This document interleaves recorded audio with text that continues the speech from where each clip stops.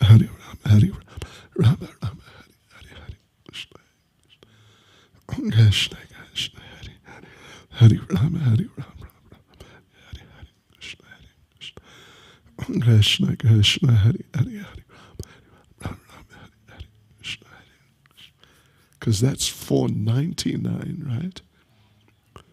I think it is, but anyway, we don't need it. We just don't need it.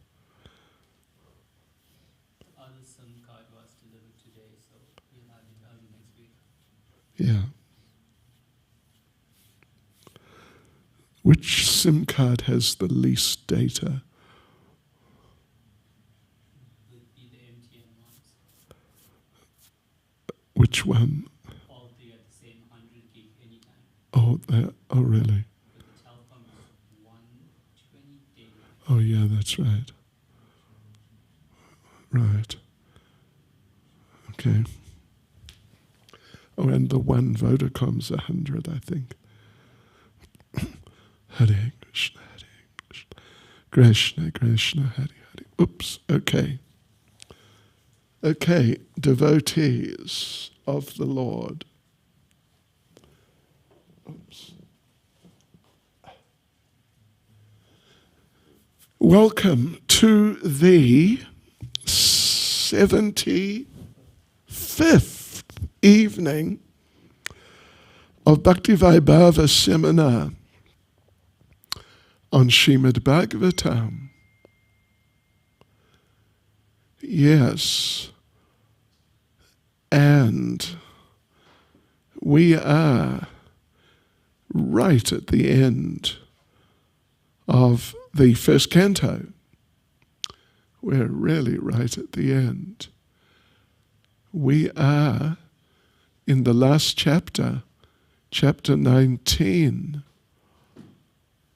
of the first canto. And let's just see where we are up to, really. What verse it is. 9, 10. Oh, yeah, right. 9 and 10. We're just taking our time because otherwise we're going to finish too early. Okay, yeah, so we are in the 19th chapter, which is titled The Appearance of Shukadev Goswami. Right. And we are in the second section, which is titled The Sages Assemble to Be with Parikshit. And it's from verse 9 to verse 12. We've already read the verses. And so we just, in this section, we'll read the verses and purports this evening. Okay, so let's chant our prayers. Nama Om Vishnu Padaya Krishna Prestaya Bhutale Shrimati Bhakti Vedanta Swaminiti Namane Namaste Saraswati Deve Gauravani Pracharane Nirvishesha Shunyavadi Pastya Chadesha Tarane Sri Krishna Chaitanya Prabhu Nityananda Shri Advaita Gadadha Shivas Adi Gaura Bhakta Vrinda Hare Krishna Krishna Krishna Hare Hare Hare Rama Rama Rama Hare Hare Vanchkalpatarubhyascha Kripa Sindhubhya Evacha Patitanam Pavanebhyo Vaishnavebhyo Namo Namaha. So this is another big list here. Verses 9 and 10 together. All these great sages. Anyway, let's read the verses 9 and 10 together.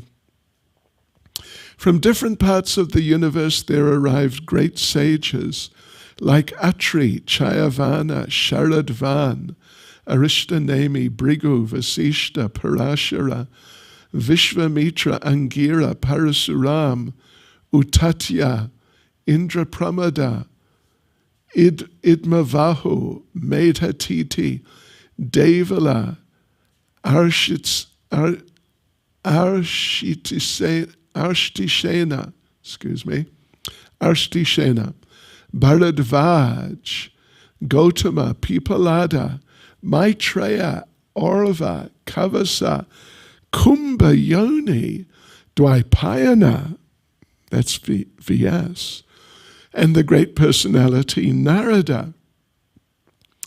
So anyway, Prabhupada doesn't really talk about actually all of them, but a number of them he does. Chayavana is second in the list. He's one of the sons of Bhrigu Muni. Then Bhrigu. Bhrigu is what? He's like the fifth in the list here. He was born from the sacrificial fire when Brahma was doing a sacrifice on behalf of the demigod Varuna. And he was a very great sage. And he's famous for being knowledgeable in astrology. Yes. Actually, there's quite a bit that could be said about Bhrigu Muni, but anyway, yeah.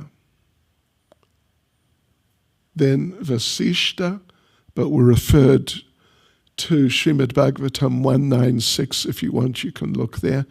I mean, it's just general interest. Of course, I don't know, but I don't expect that you're going to really be asked about these in any tests or exams, but you never know. Anyway, Vasishta, he was like the family priest of Dasarath and Lord Ram and family. Then Parashara, he's another famous one, grandson of Vasishta, father of Vyasadeva. Yes. And Parashara, he's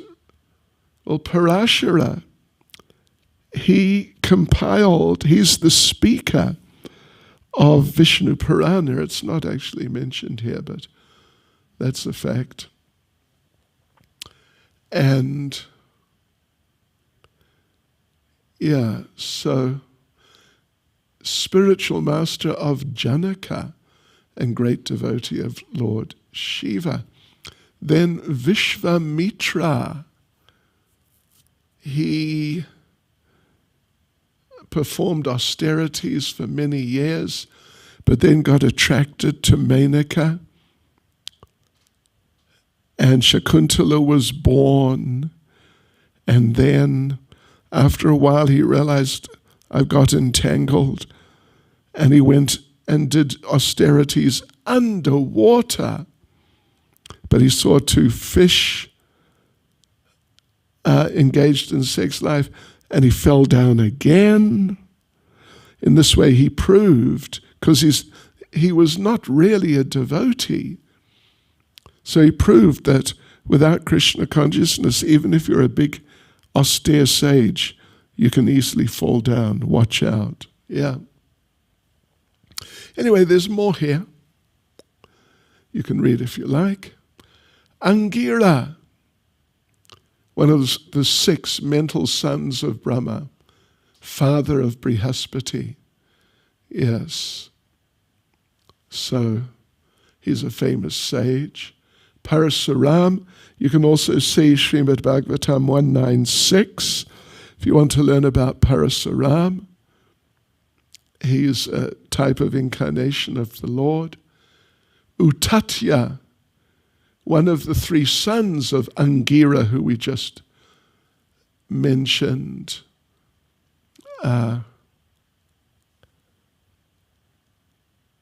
So interesting thing. Prabhupada says here, Varuna kidnapped his wife, Bhadra, and to retaliate the offense of the god of water, he drank all the water of the world. That's, yeah, okay. Medatiti, one of the sages in the assembly of Lord Indra. His son was Kanva, who's kind of famous sage. Devala is mentioned in Bhagavad Gita in the 10th chapter. Yes, when Arjuna is acknowledging that Krishna is the Supreme Lord. Yeah, okay. Bharadvaj, you can also look in Bhagavatam 196 if you want to know more. Gautama is one of the 7 great sages of the universe. Yes, he's a famous person. And there's a Gautama Gotra, actually, which is still existent, and generally the people claim to be seminal descendants of Gautama. Yeah. So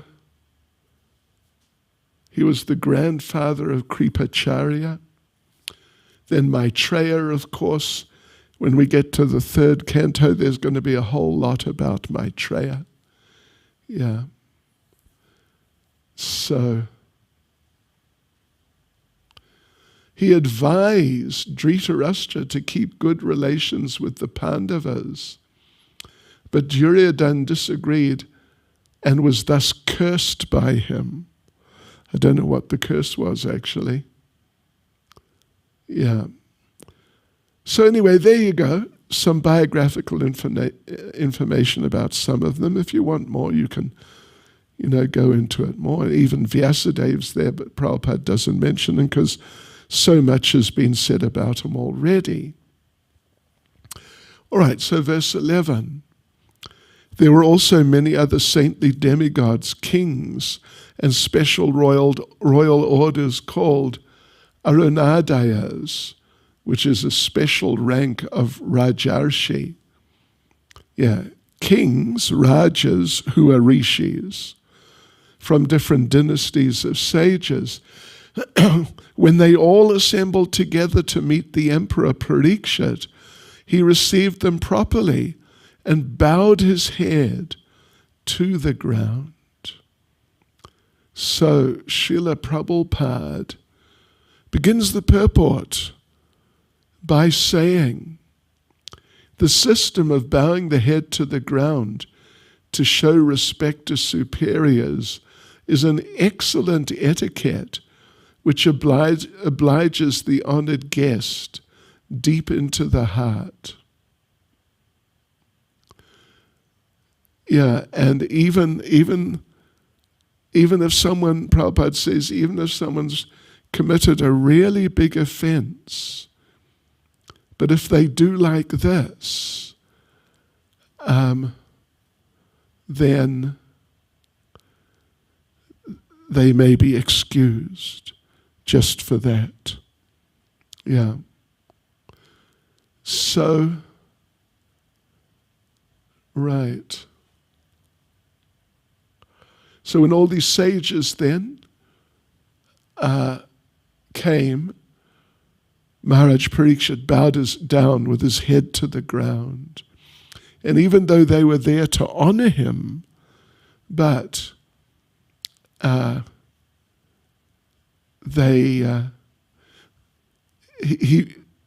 welcomed them in that way to be excused from offenses, and they appreciated it greatly. So, and Prabhupada makes an interesting point. Generally, at the last stage of life, this is done by sensible men to be excused before their departure.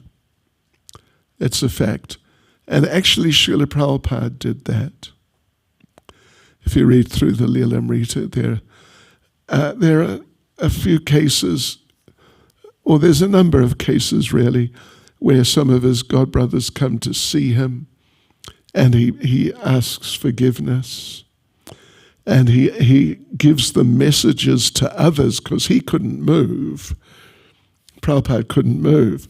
But some of the ones who came, he asked them to please pass that on to other godbrothers who they were associated with. Yes. So that's an interesting and important point. And Prabhupada concludes the purport by saying, in this way Maharaj Parikshit implored everyone's goodwill for going back home, back to Godhead. All right. And verse 12. After all the rishis and others had seated themselves comfortably, the king humbly standing before them with folded hands, told them of his decision to fast until death. So, Parikshit, we read, he's already decided to do that. It's not like he's really asking them, should I, could I, or something along those lines. But Prabhupada says he presented this to the sages to get their opinions. And Prabhupada would do that also, particularly in the later stages with godbrothers who are somewhat close to him, like Krishnadas, Babaji, and some others. Yeah, he would, really humbly present himself and say what was going on just to get some confirmation or opinion, some input. So, but anyway, Prabhupada makes the point, and it's a very important point. Any important decision should be confirmed by some authority. Yeah. Devotee, in other words, devotees are people who like to get advice. Yeah.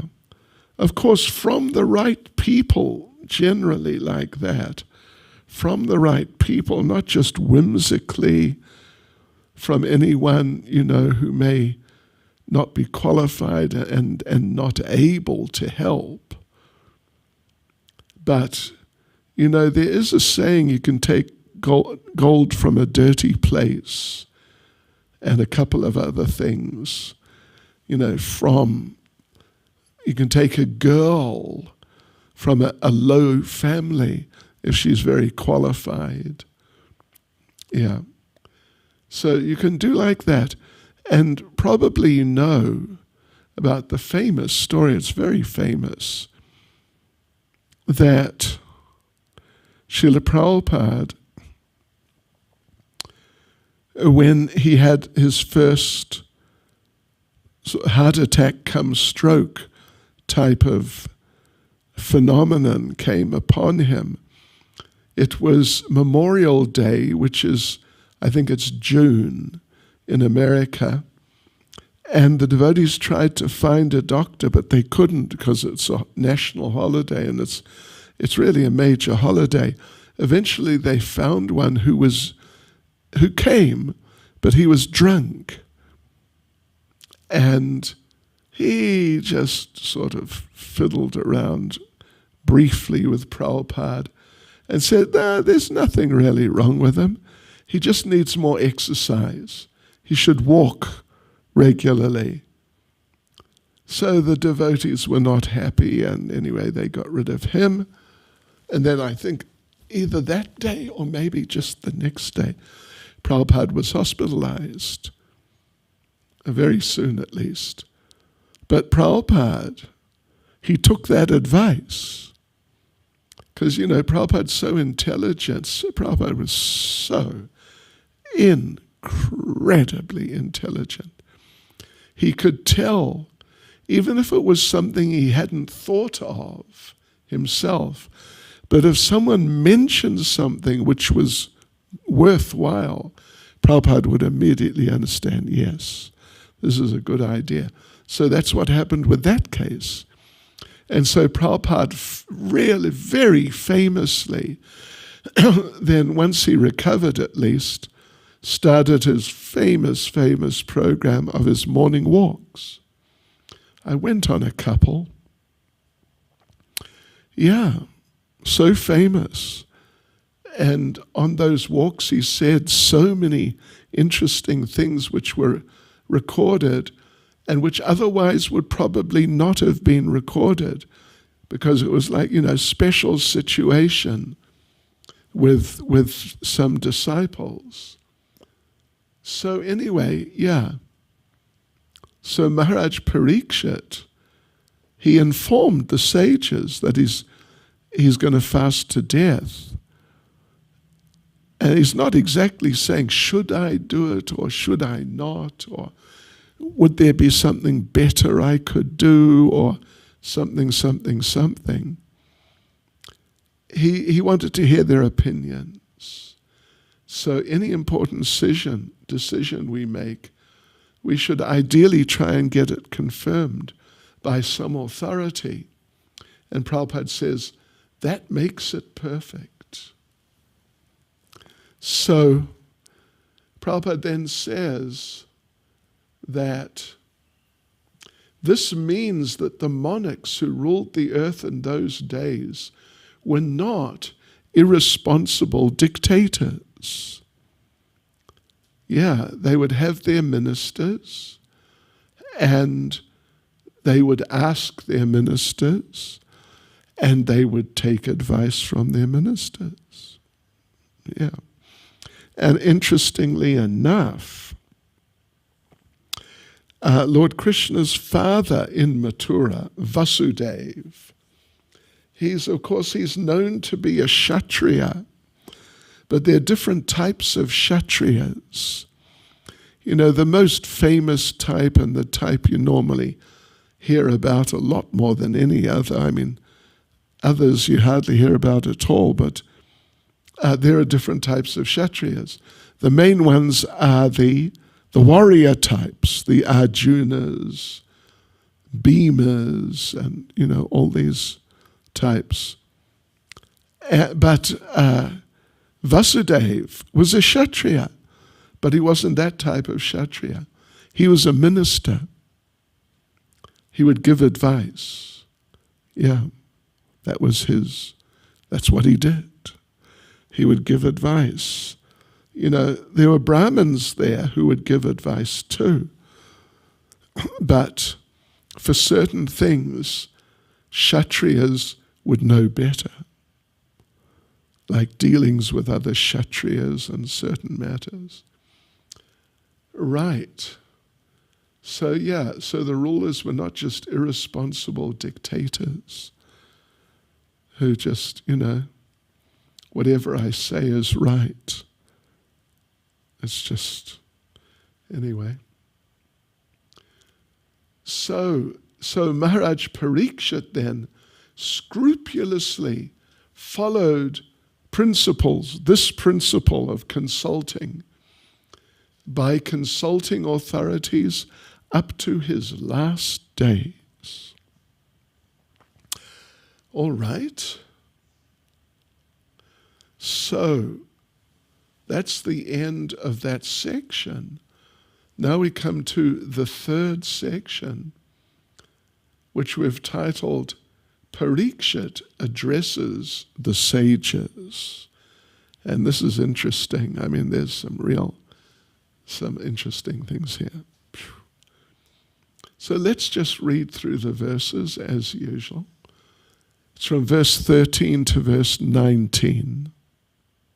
Parikshit addresses the sages. 13 to 19. Okay, verse 13.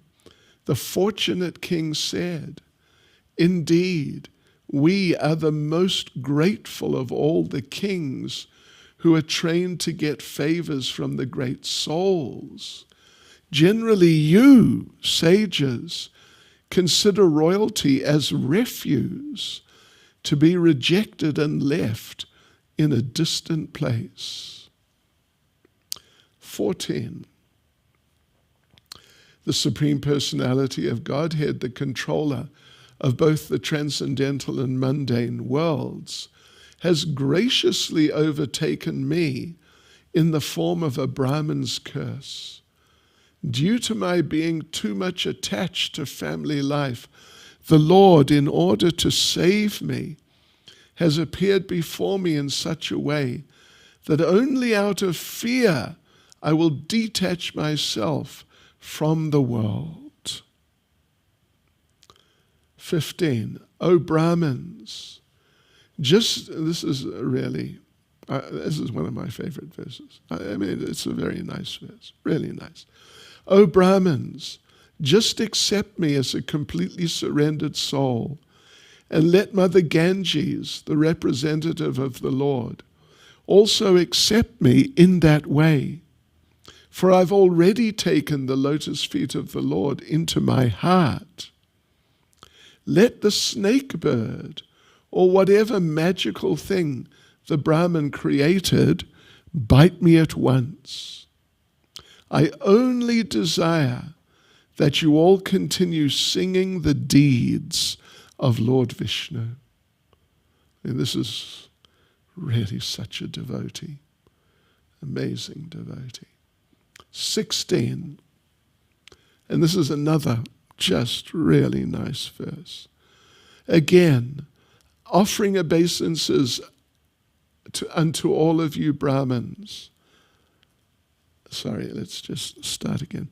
Again, offering obeisances unto all you Brahmins, I pray that if I should again take my birth in the material world, I will have complete attachment to the unlimited Lord Krishna, association with his devotees, and friendly relations with all living beings. Anyway, this is really amazing. We should follow in his footsteps. 17.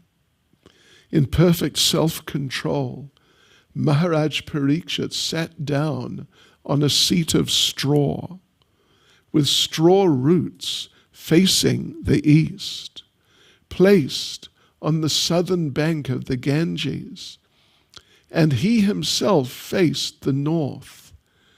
Just previously, he had given charge of the kingdom over to his son, who was Janamejaya. 18. Thus the king, Maharaj Parikshit, sat to fast until death. All the demigods of the higher planets praised the king's actions, and in pleasure continually scattered flowers over the earth and beat celestial drums. And then verse 19 is the last verse in this section. All the great sages who are assembled there also praised the decision of Maharaj Parikshit, and they expressed their approval by saying, "Very good." Naturally, the sages are inclined to do good to common men, for they have all the qualitative powers of the Supreme Lord. Therefore, they were very much pleased to see Maharaj Parikshit, a devotee of the Lord, and they spoke as follows. And what did they say? Tune in tomorrow night. I'm assuming. I don't think we'll get any further than where we are. Right, okay, anyway. So it's the third section, and it's Parikshit addresses the sages, And it's verses 13 to 19. And we'll read 13 again. The fortunate king said, "Indeed, we are the most grateful of all the kings who are trained to get favors from the great souls. Generally you, sages, consider royalty as refuse, to be rejected and left in a distant place." Yeah. So Srila Prabhupada comments, according to religious principles, and I mean just good sense for that matter too, stool, urine, water used for washing, etc., must be left at a long distance. The phenomenon of attached bathrooms and urinals may be convenient, but actually these things should be at distances. Yes. Prabhupada says they're ordered to be situated at a distance from residential quarters. Right. So, and that the examples given, Prabhupada says, it's given herein in relation to the kingly order for those who are progressively marching back to Godhead. In other words, it matters. It matters. Just like, fortunately, here in my bathroom, the toilet is separate from the shower, at least. And it's some distance from the sink. More than in many toilets. Better than in Durban. But anyway, what can you do? Yes. All right. So, but it's interesting how Parikshit is saying that generally you sages consider royalty as refuse, to be rejected and left in a distant place. And of course we're reminded of last week, was it last week I think, Shringi, how he was referring to Maharaj Parikshit as a dog. Yeah. Who does he think he is? Does he think that a dog should come in and eat off the same plate as the master? He said. Really? But actually Parikshit is such a great devotee that all these sages, even though they're all, or practically all, maybe they're all, but I'm sure the vast majority at the very least, they're Brahmins and sannyasis in many cases. And not just Brahmins, but they're really important Brahmins, like Vyasadeva, important people, saintly people. But they've come just to witness the departure of this great soul. So how incredibly off the wall was Shringi. Hopeless, unbelievable, actually. All right, anyway, so Lord Chaitanya said to be in intimate touch with dollars and cents people or royalty is worse than suicide for one who wants to go back to Godhead. And, Lord Chaitanya, as I'm sure you're aware, he wouldn't associate with Maharaj Prataparudra. Took a long time. And Prataparudra had to really do a lot to win the confidence, you could say, of Lord Chaitanya that he is actually a very serious devotee and he's not just a dollars and cents person. Yeah. So, in other words, transcendentalists don't generally associate with men who are enamored by the external beauty of creation. So, okay, anyway, Prabhupada goes into some of the other philosophical aspects. So devotees have knowledge, so they know what's this material world.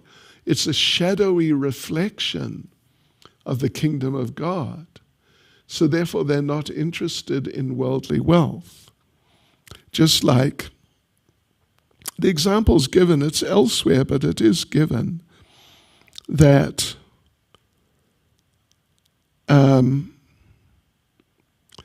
about shadow attachment. How would it be if you really, let's just, if you don't mind me using a not exactly crude example, but mundane. If you are very attached to a member of the opposite sex, you're really very attached, and they find out, but they're not really attached to you. So they say, yeah, that's fine, but you can't have a relationship with me, but you can have a relationship with my shadow. How would that be? It's a nonsense, isn't it? It's just a nonsense. So yeah, the material world is a shadowy reflection of the kingdom of God. Yeah, looks like it, because the shadow looks like, whatever it's the shadow of, but it's just the shadow. Or similarly, there's shadow manifestations, then there's reflected, like mirror forms. So you can't have a relationship with me, but you can have a relationship with my reflection in the mirror. Haribol. Or, you can have a relationship with a photograph of me, but just one. This is... Yeah, so, therefore the devotees are not interested in the material world. And in the 15th chapter of Bhagavad Gita, right at the beginning, the examples given of the reflected tree by the lake, and it may look exactly like the tree, but it's just a reflection. It's got all the fruits and flowers and leaves and whatever else. So, but if you pick one of the fruits from the reflected tree, you'll just get a mouthful of water. Or if you try to sniff one of the flowers, you'll just get a nose full of water. It's just a nonsense. Yeah, so, but the sages knew that Parikshit is not like this. And in fact, he's actually on the way. He's on the way back to Godhead. So therefore they wanted to see him and be with him through that crucial time.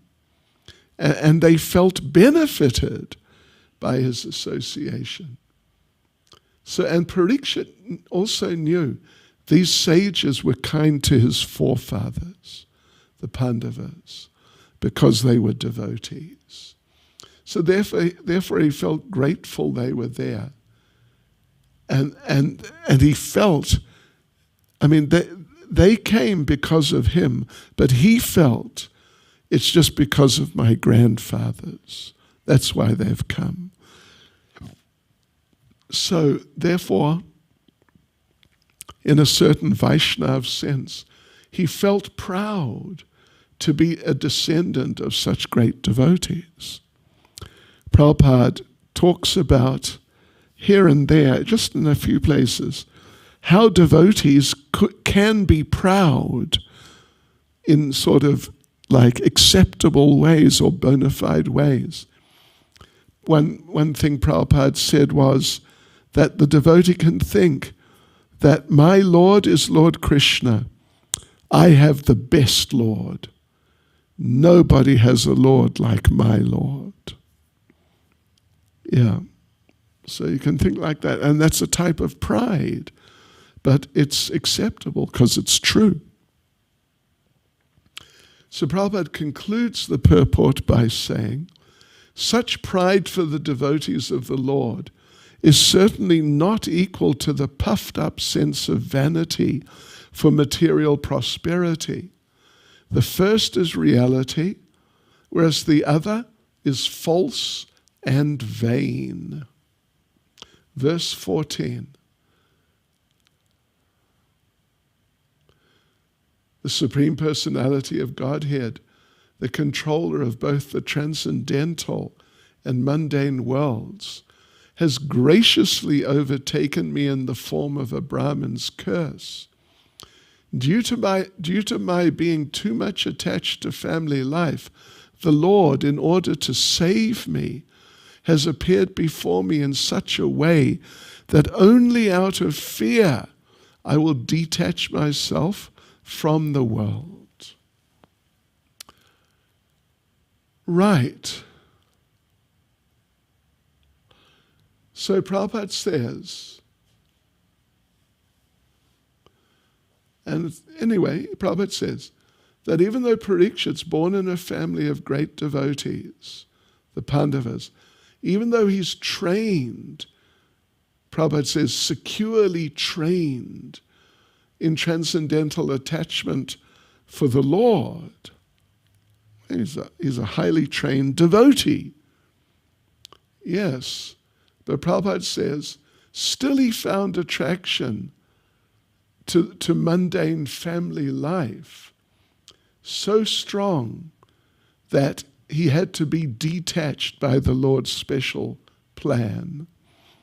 At least that's how he feels.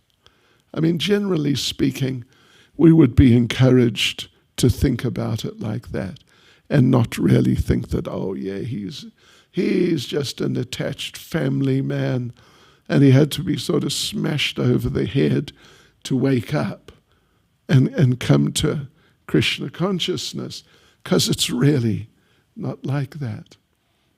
So anyway, but Prabhupada intervenes, he does intervene in the lives of certain devotees. He takes some direct action to help them get free of whatever they need to get free from, for special devotees. Yeah. And sometimes just for so many types of devotees, actually. It's a fact. So Maharaj Parikshit could understand this by the presence of so many great devotees. That the Lord lives with the devotees, and therefore the presence of all these devotees indicated the presence of Krishna. So Prabhupada concludes the purport by saying, the Lord therefore welcomed the presence of the great rishis as a mark of favor of the Supreme Lord. All righty. So let's go on to verse 15. O Brahmins, just accept me as a completely surrendered soul, and let Mother Ganges, the representative of the Lord, also accept me in that way. For I've already taken the lotus feet of the Lord into my heart. Let the snake bird, or whatever magical thing the Brahmin created, bite me at once. I only desire that you all continue singing the deeds of Lord Vishnu. As I said, I really like this verse. His, what would you say, stoicism, you could say, that let the bird come and bite me. That's all right. But whatever you do, please continue singing the deeds of the Lord and just don't worry about anything else. Yeah. So, Prabhupada, and it's just a short purport actually, it's actually three sentences. Yeah. But the first point Prabhupada explores a bit is that as soon as one is given up completely to the Lord, to the lotus feet of the Lord, one immediately is no longer afraid of death. Yeah. So, there was a special atmosphere there, Prabhupada says, and it was created by two things.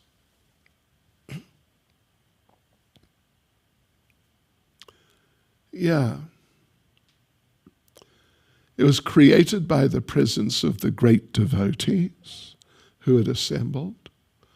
And the atmosphere was created by Maharaj Parikshit's complete acceptance of the lotus feet of the Lord.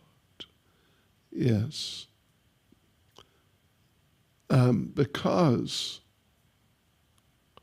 all these things put together, the great souls and the consciousness of Maharaj Parikshit, these sufficiently guaranteed that Maharaj Parikshit would go back to Godhead. Yeah.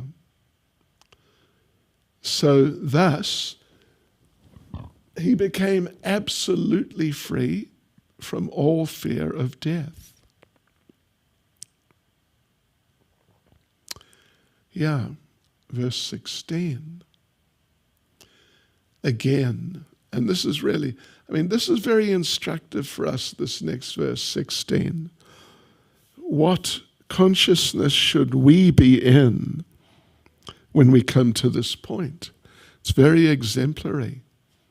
Again, offering obeisances unto all you Brahmins, I pray that if I should again take my birth in the material world, I'll have complete attachment to the unlimited Lord Krishna, association with his devotees, and friendly relations with all living beings. Right, so, okay. The purport. Prabhupada begins the purport in a very interesting way. I've read this verse many times. I've given classes on these two verses, this one and the one just before, 16 and 17, on quite a few times, many times actually. So Prabhupada begins the purport by making a really important point. That a devotee of the Lord is the only perfect living being is explained herein by Maharaj Parikshit. The fact, in other words, the fact that a devotee is the only perfect living being is being explained by Maharaj Parikshit. Yeah. So a devotee is no one's enemy, even though many people may feel that the devotee is their enemy, or they may be enemies to the devotee. Yeah. So that it's like that. So therefore, a devotee doesn't like to associate with non-devotees, although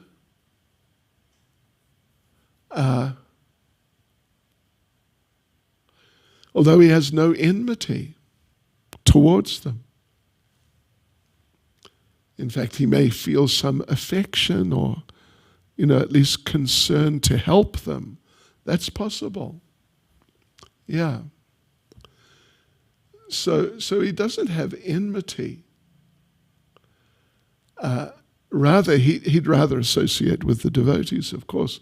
If he's going to spend time with anyone and get into discussions and sort of start sharing and so on, it'll be devotees and not the non-devotees.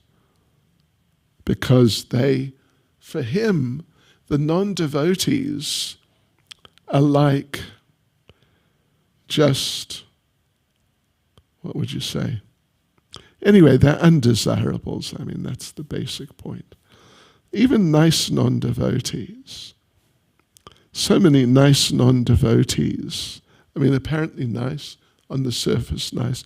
So many of them eat meat. So many of them. Just a huge number. Yeah. Of course, some don't, but which is great, but many, many of them do.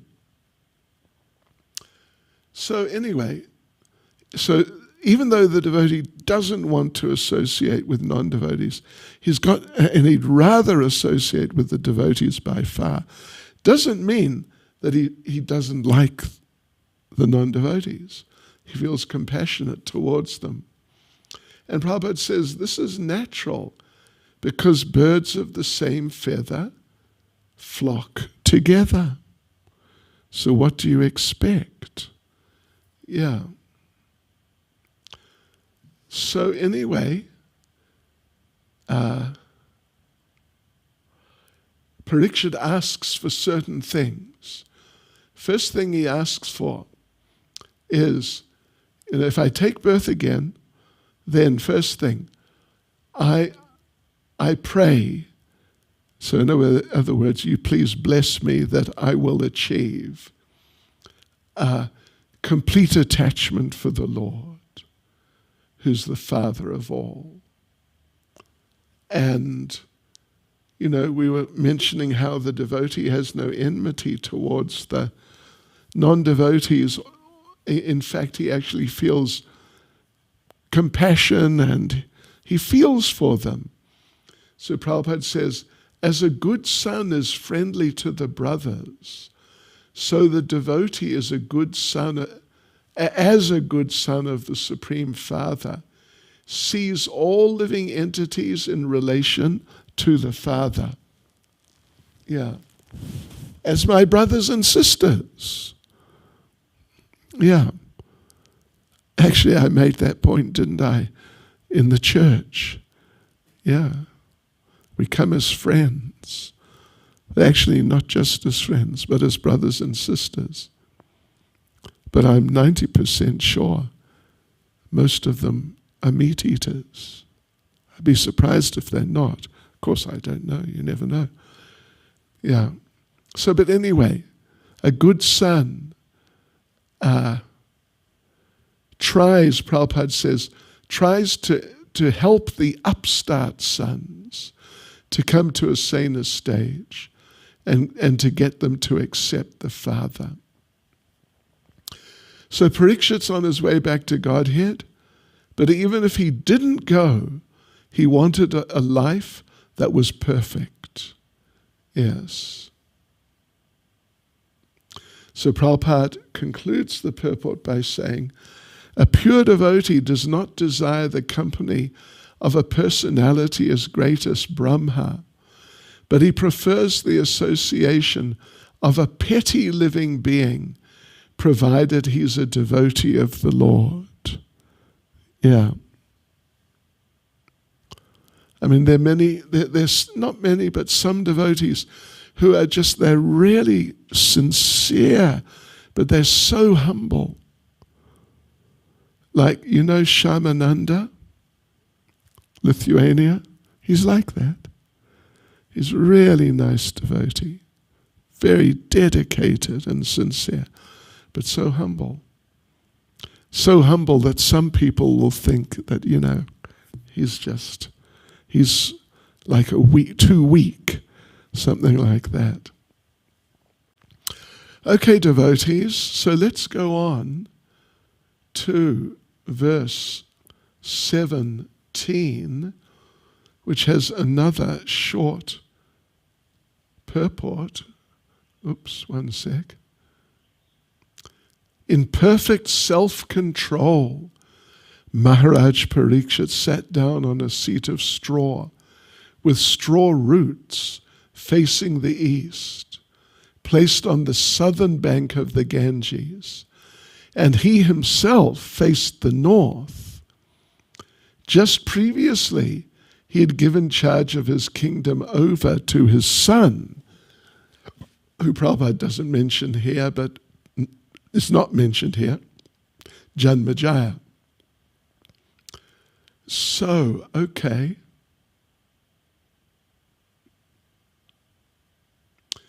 Let's just read the purport, or have a look at it. So the river Ganges is celebrated as the wife of the sea. Yes. Yes, that's a fact.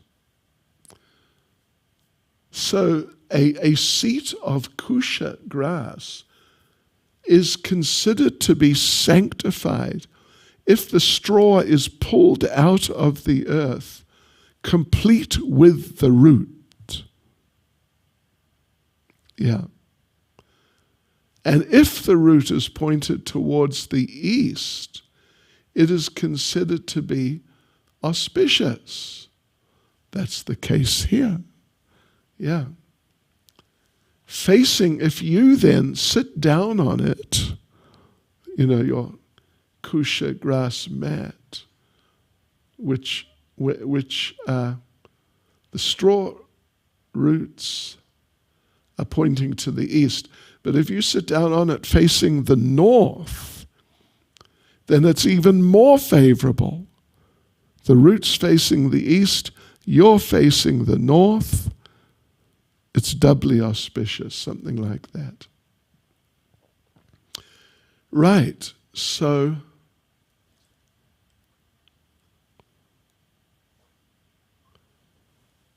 yeah.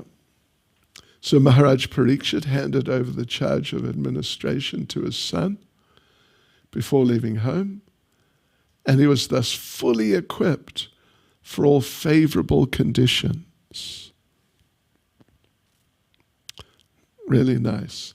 Okay, let's read verse 18, and then I think we'll stop there. Thus the king Maharaj Parikshit sat to fast until death. All the demigods of the higher planets praised the king's actions, and in pleasure continually scattered flowers over the earth and beat celestial drums. All right, there's a bit more of a purport here, not too much, but something more. So Prabhupada makes an interesting point that even up to this time, the time of Parikshit, means after Krishna's left this world, there was still interplanetary communications. Yeah. So therefore news of Maharaj Parikshit's fasting to death had already reached the higher planets, like immediately.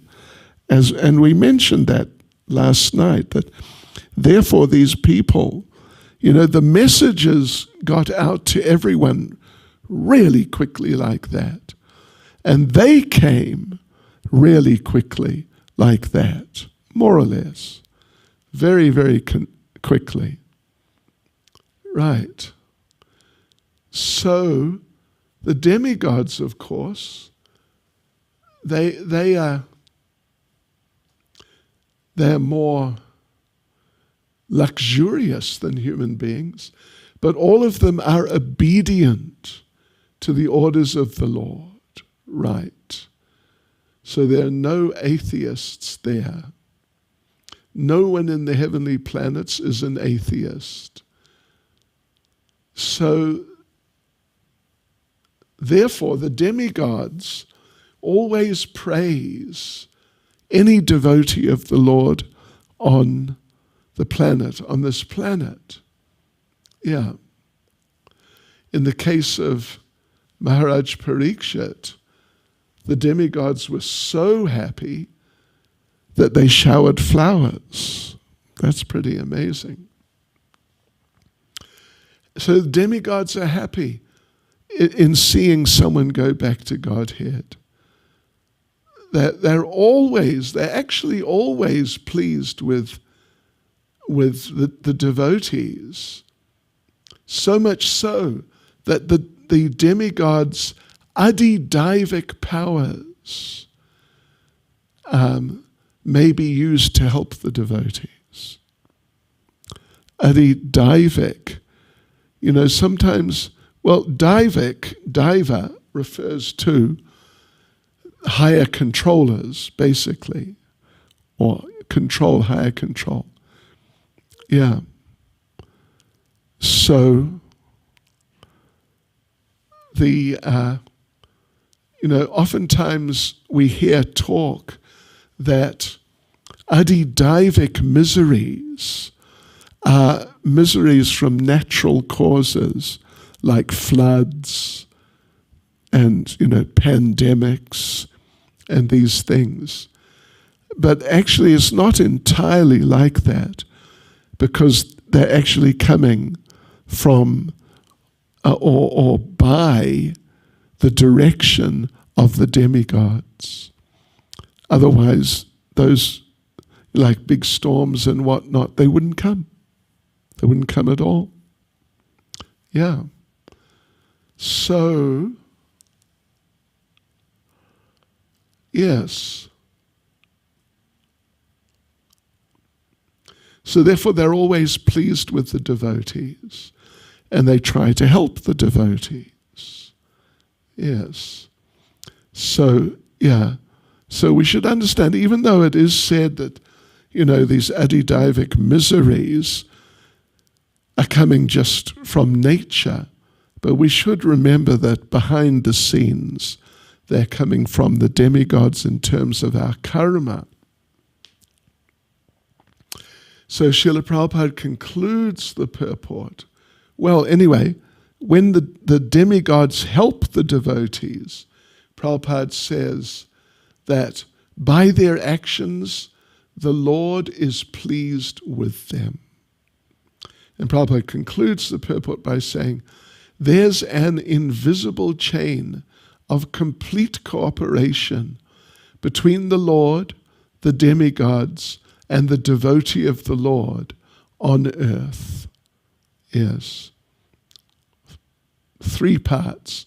The Lord, the demigods, and the devotees of the Lord. And actually, Krishna explains that in the 3rd chapter of Bhagavad Gita. Yeah. Okay, devotees. There's still